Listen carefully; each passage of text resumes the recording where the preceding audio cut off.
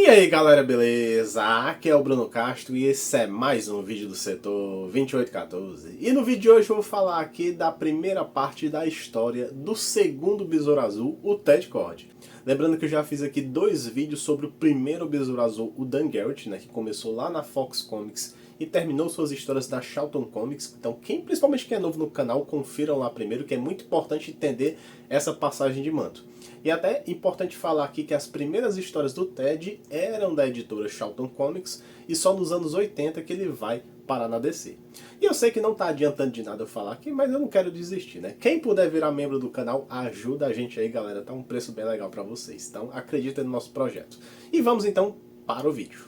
A primeira aparição do Ted Kord não é uma história de origem, sim uma história dele já em ação, atuando aqui na cidade fictícia de Hub City.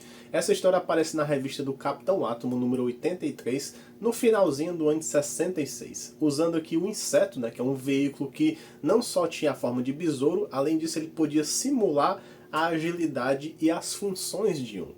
E nessa primeira versão o inseto não voava como estamos acostumados, e sim pulava de prédio em prédio. E o Besouro Azul estava aqui buscando uma gangue de ladrões de banco, e se você acha que o Ted é um pouco parecido com o Homem-Aranha, por ser até um cientista, inventor, por contar algumas piadas enquanto está lá batendo nos bandidos, ou até o fato dele ser um gênio, tudo isso não é por acaso, porque esse Besouro Azul Ted Kord, ele também foi criado pelo Steve Ditko, né, que é o mesmo criador do Homem-Aranha.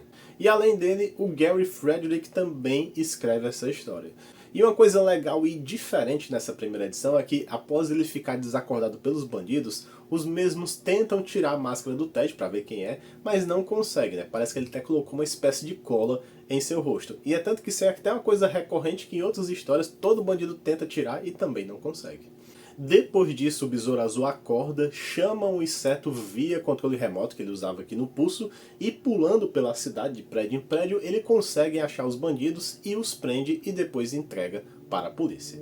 De cabeça eu nem consigo lembrar de um herói surgindo sem apresentar nenhum personagem secundário, e para mim nessa história nem fez falta.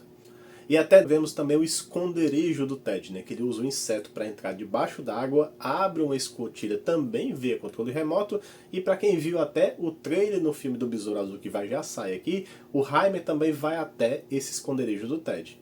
E aqui mostra que eles tinham um planejamento de ligar já as orelhas do Dan e do Ted, né? Isso só ia acontecer na revista própria do Besouro Azul que ia sair no ano de 87. É tanto que no final dessa revista o Ted é acusado de ter assassinado o Dan, né? O Ted até depois é liberado porque não tinha provas contra ele, mas o detetive Fisher fica direto em cima, e até a companheira de laboratório do Ted, chamada Tracy, também fica desconfiada, mas ainda acredita na inocência do Ted. E as duas últimas histórias do Ted Kord na revista do Capitão Átomo, aquelas histórias meio genéricas, né? Uma ele salvando o avião e enfrentando uns caras do submarino, e a outra enfrentando os bandidos comuns. E sempre preparando essa história desse mistério, né? Será que o Ted assassinou o Dan ou não? Depois o Ted realmente ganha sua revista própria, mas só teve 5 edições. Eu vou até mostrar algumas imagens da sexta que nunca chegou a ser publicada.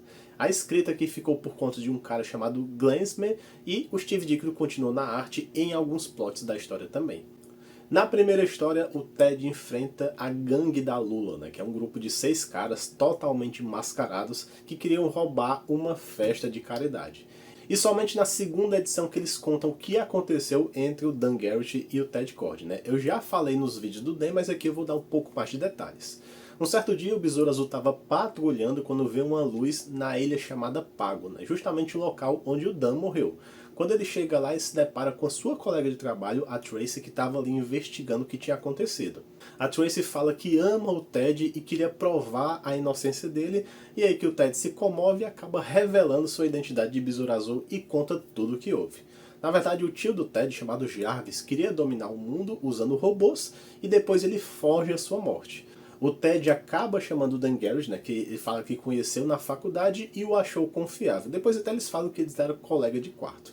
Eles vão até a Ilha Pago e encontram o Jarvis vivo por lá, que até o captura o Dan e o Ted usando seus robôs. O Dan Garrett usa seu poder do escaravelho para virar o Besouro Azul, só que ele acaba quase morto nessa batalha. Só que no final da vida, o Dan pede para o Ted continuar seu legado como Besouro Azul, E logo após isso o chão começa a desabar e o Dan fica soterrado justamente com o Escaravelho. É tanto que essa versão do Ted ele não tem poderes e usa somente suas invenções e combate corporal na luta contra os bandidos. O Ted consegue sobreviver, né, após esse chão desabar, ele quase fica preso, mas consegue sair e ele é achado por um resgate. Por isso que a polícia sabe que o Ted estava naquela ilha e ele era o suspeito, né, de ter acontecido tudo, mas ele não podia contar esse segredo. Depois disso, o Ted e a Tracy acabam sendo atacados pelos robôs do Jarvis, né, alguns deles tinham sobrevivido, e mesmo sem poderes, o Ted consegue derrotar os dois robôs, ganhando aqui o respeito, pelo menos de nós leitores. No final da história mostra que embaixo da ilha ainda tem um super androide que promete aparecer depois. Já na terceira história aqui dessa revista, o Ted Kord enfrenta um novo vilão que acaba sendo até um pouco recorrente até no pós-crise, né, que seria a Gangue dos Homens Loucos. Eu não sei quanto a vocês, mas pelo menos esse grupo de vilões aqui parecia um pouco rastejante com o Mutano da DC. Mas o que vale destacar dessa história é que tem uma suposta volta do Dan Garrett, né? Até a polícia fica sabendo e encerra a investigação, né? Porque se o cara tá vivo, acabou a história. E esse plot do Dan vai até a edição seguinte, né? Com um grupo de vilões chamados Os Homens da Máscara, e lá nós descobrimos que na verdade esse Dan não era o Garrett, na verdade era um tal de Dan Greer, né, que estava se passando pelo Dan Garrett para receber a oportunidade de ir para uma expedição, achar um tesouro e ficar rico. No final, esse Dan é dado como morto em uma explosão e finalmente o caso, né, de acusação do Ted é encerrado. Mas ainda assim o detetive Fisher acha que o Ted esconde algo dele. Aquele velho clichê do policial sempre suspeitando aqui, né? E a última edição desse volume do Besouro Azul, ele enfrenta um cara que se veste de estátua que tem aqui um coração faltando no peito, né? Essa história não é nada demais, mas vale destacar que aqui é o primeiro crossover entre o Besouro Azul e o Questão, né? O Vic Sage, que aparece na história só como civil. Só para esclarecer, o Questão surge justamente na primeira revista do Besouro Azul. E já na revista 6 do Besouro Azul, que foi cancelada, ele ia enfrentar um cara que usava um traje que o deixava semi-invisível, né? Por quê? Porque algumas partes da roupa apareciam. E eu não vi vantagem nenhuma nesse traje. Ou o cara é invisível ou não é, né? O Ted teve tão poucas histórias no pré-crise que vale a pena falar das que sobraram. Ele só retorna do ano de 81, onde o Questão, agora aqui com a roupa de herói, ajuda o Besouro Azul na luta contra uns bandidos com armas poderosas e também contra um ser de uns 10 metros de altura chamado o Enigma. Já no ano de 83, vários personagens da Charlton Comics foram adquiridos pela DC a pedido do editor Dick Giordano, né, que atuava nas duas editoras. O projeto original era usar esses personagens na história do Watchmen, mas eu vou deixar para falar disso aí em uma outra oportunidade. Na transição entre Charlton e DC, uma editora chamada AC Comics adquiriu os direitos de publicar as histórias deles e lançou a revista Americomics, prometendo respeitar as histórias contadas da Charlton. E foi em uma dessas revistas que teve a volta do Dan Garrett, né, retornando com seu traje original e poderes, e reclama do Ted não tê-lo salvo. E manda até ele queimar o traje, falando que ele sim é o verdadeiro Besouro Azul e ele estava de volta. O Ted fica bem desanimado até levar uma pranchetada na cara, né, e uma enquadrada da sua amada Tracy aqui, e pede que ele pense bem. Logo logo o Ted deduz que esse não é o Dan de verdade, porque ele o conheceu, né? Que na verdade seria aquele super androide que eu comentei um pouco antes, e esse robô tinha todas as memórias e até o corpo do Dan, mas no final o Ted consegue destruí-lo. Então, após adquirir os personagens da Charlton, a DC não perdeu tempo e inseriu o Besouro Azul logo na primeira edição da Crise nas Infinitas Terras, e batizou esse universo da Charlton de Terra 4. Em um dado momento da crise, aparecem até os outros personagens da Charlton, como a Sombra da Noite, o Capitão Átomo, o Questão, o Pacificador, e assim vai.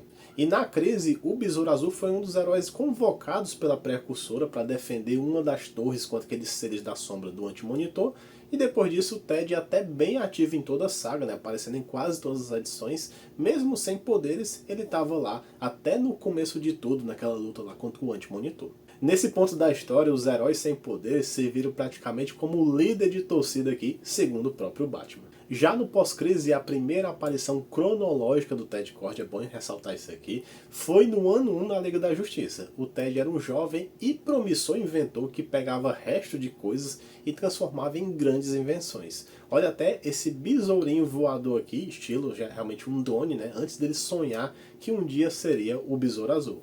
Ele começou a trabalhar com seu pai após exigir condições, né, para que a empresa Cord se atualizasse para ele conseguir entrar nesse projeto. E nessa história, a Liga o contrata para construir um gerador de energia para o QG deles lá naquela caverna. Algum tempo depois foi recontada as origens do Dan e do Ted. Não muda muito a versão pós-crise para a pré-crise lá da Charlton, né? Mas o que muda é até um pouquinho importante e eu recomendo vocês lerem essas histórias do pós-crise. Nessa versão eles mudam o estilo do exército do Jarvis, né? Agora eles eram mais robôs e menos gigantes de massinha, né? Como era lá na Charlton.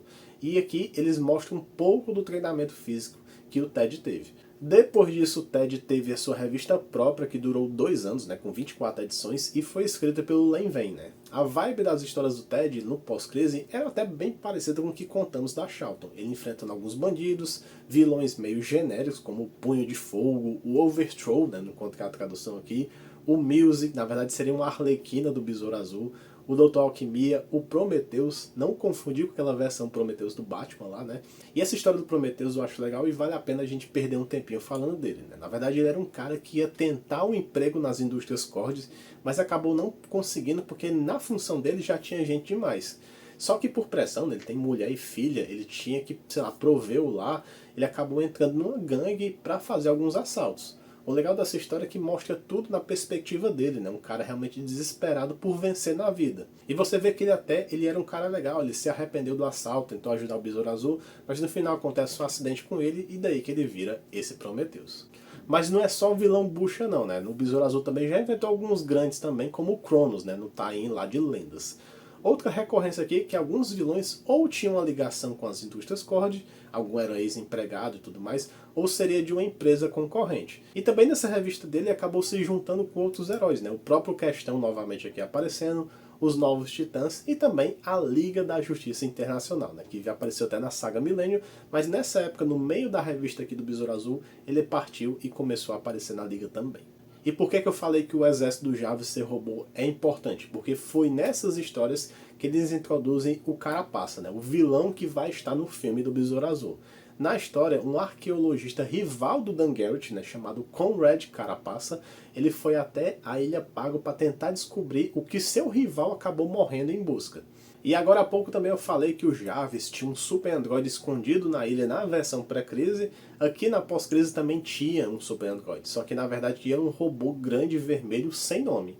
O Conrad encontra esse laboratório do Jarvis, estuda como usar esse robô através meio que de um aparelho de controle mental, só que acontece um acidente e a mente do Conrad vai parar no robô. E é por isso que agora em diante ele assume a identidade somente de Carapaça, exatamente o sobrenome dele. No momento dessa gravação, ninguém viu o filme do Besouro Azul, né? A gente viu somente os trailers, mas tem uma grande chance de errar, né? Geralmente as previsões que eu faço eu erro, mas no filme tem uma mulher mais velha das indústrias Cord que ela tá em busca do escaravelho que vai parar com o Jaime, né? Dá pra chutar que ela vai fazer o papel do Jarvis, né? De tentar dominar o mundo usando aqui o poder do escaravelho para construir um exército de robôs. E eu estou torcendo muito que no final ou apareça, ou pelo menos dê uma dica que o Ted está vivo, né? Porque assim, o James Gunn não vai desperdiçar a oportunidade de ter o Gladiador Dourado juntamente com o Ted Kord, né? Quem fez parceria muito nos quadrinhos. E vamos falar um pouquinho sobre as diferenças entre as versões pré e pós-crise, né? E um que voltou mais ou menos foi o Detetive Fisher, né? Que estava lá investigando a morte do Dan lá no pré-crise. Só que mudaram aqui, na verdade, foi o primeiro nome. Lá na Charlton, o nome dele era Mike Fisher e agora na DC virou Max Fisher. Outra mudança é que esqueceram a personagem da Tracy no pré-crise e aqui introduziram a Melody Case, né? E ambas trabalharam com o Ted também. E a diferença é que o Ted não revela a identidade do Besouro Azul para a Melody. Eu sei que eles não ficam juntos toda essa fase dessa primeira revista, né? Ela chega até a namorar um cara que é casado, né? Sem saber aqui, e no final ela deixa de aparecer. E não que isso importe muito, né? Mas no pré-crise o Ted tinha cabelos castanhos, e no começo do pós-crise ele era ruivo, mas depois ele acabou virando cabelo castanho também.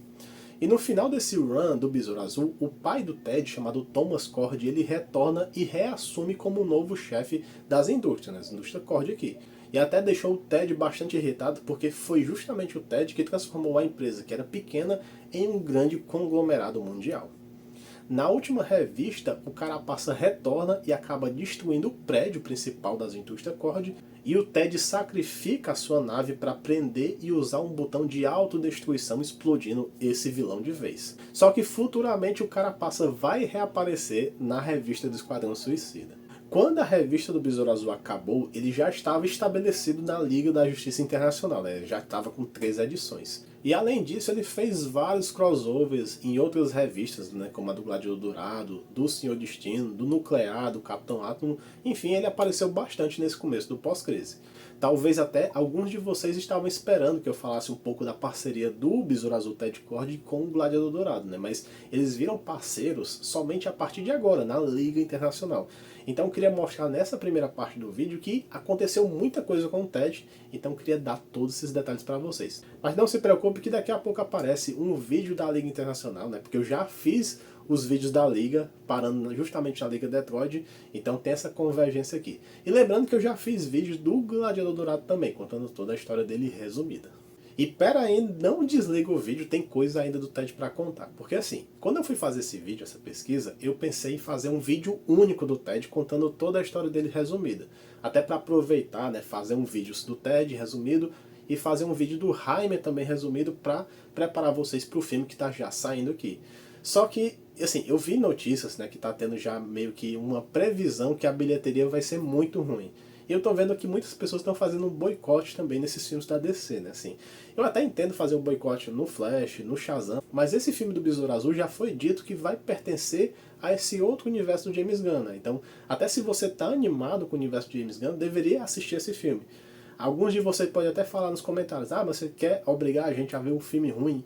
Cara, primeiro, o filme só vai ser ruim se você for lá ver, né? Então, quer dizer assim, se você não viu ainda, pode ser que um filme ruim, pra muita gente, seja um filme bom pra você.